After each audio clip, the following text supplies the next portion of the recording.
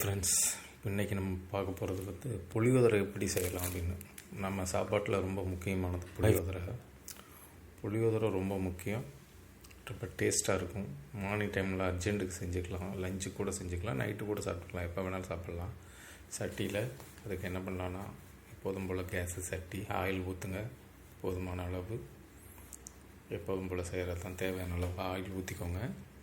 எண்ணெய் ஊற்றிட்டு கடுகு கருகாமல் பார்த்துக்கோங்க.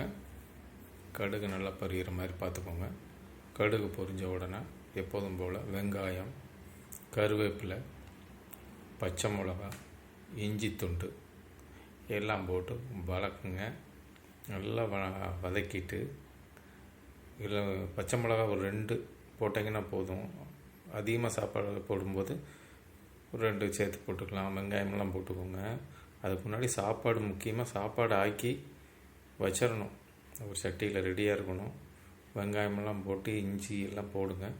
இஞ்சி துண்டெல்லாம் நல்லா வெட்டி வச்சுருப்பீங்க. கொஞ்சம் சின்னதாகவே வெட்டி வைங்க. 2-3 பீஸ் போதும், புளியோதரைக்கெலாம் ரொம்ப வேண்டாம். போட்டு அதுக்கு தேவையான உப்பு போட்டு கிண்டுங்க. அப்படியே கருகாமல் நல்லா வதக்கிட்டே இருங்க. ஆல்ரெடி அதுக்கடுத்து 2-3 கடலை போட்டு அதை வறுத்த கடலையை போட்டு வச்சுக்கோங்க. அதுலேயும் எண்ணெயில் மிக்ஸ் பண்ணி அப்படியே கிண்டுங்க. அது கடலைப்பருப்பு கொஞ்சம், எல்லாமே ஒரு கொஞ்சம் தான் அளவாக, சாப்பாட்டில் அங்கங்கே தெரிகிற மாதிரி. உங்களுக்கு தெரியும், புளியோதரை சாப்பிட்ருப்பீங்க. ஆனால் இப்படி செய்யும்போது ரொம்ப கவனமாக செய்யணும். எல்லாமே கருகாத பொருளாக இருக்கணும்.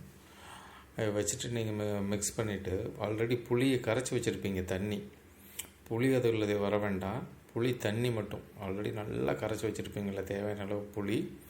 அதே கொஞ்சம் டேஸ்ட் பண்ணி பார்த்துக்கோங்க முன்னாடியே. இப்போ அதில் ஊற்றுங்க. ஊற்றிட்டு லேசாக மஞ்சப்பொடி போட்டுக்கோங்க. நல்லா கொதிக்கிற வரைக்கும் பாருங்கள். அந்த பச்சை வாசம் போகிற வரைக்கும் புளி கொதிக்கட்டும். அந்த புளி தண்ணி தேவைன்னா கொஞ்சம் தண்ணி கூட ஊற்றிக்கோங்க. போட்டு கொஞ்சம் உப்பு போட்டு ரெடி பண்ணி வச்சுக்கோங்க. நல்லா கிண்டு நல்லா ஓரளவு நல்லா சுட்ட பிறகு அடுப்பை ஆஃப் பண்ணிடுங்க.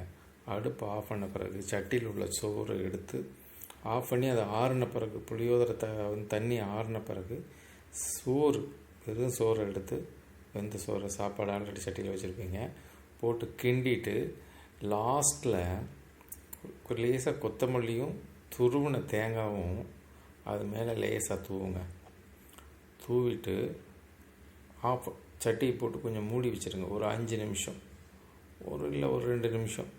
அதுக்கடுத்து பாருங்கள், ஒரு முறுக்கெல்லாம் போட்டு புளியோதரை செமையாக இருக்கும். ஒரு முறுக்கு வச்சு வேறு உங்களுக்கு எடுத்த மாதிரி அப்பளம் ஏதாச்சும் வச்சு சாப்பிட்டு பாருங்கள். அப்படி இருக்கும் புளியோதரை.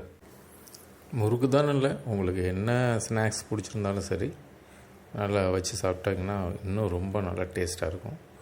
புளியோதரையில் என்ன ஸ்நாக்ஸ்னாலும் வச்சு சாப்பிட்லாம். தேங்க்யூ.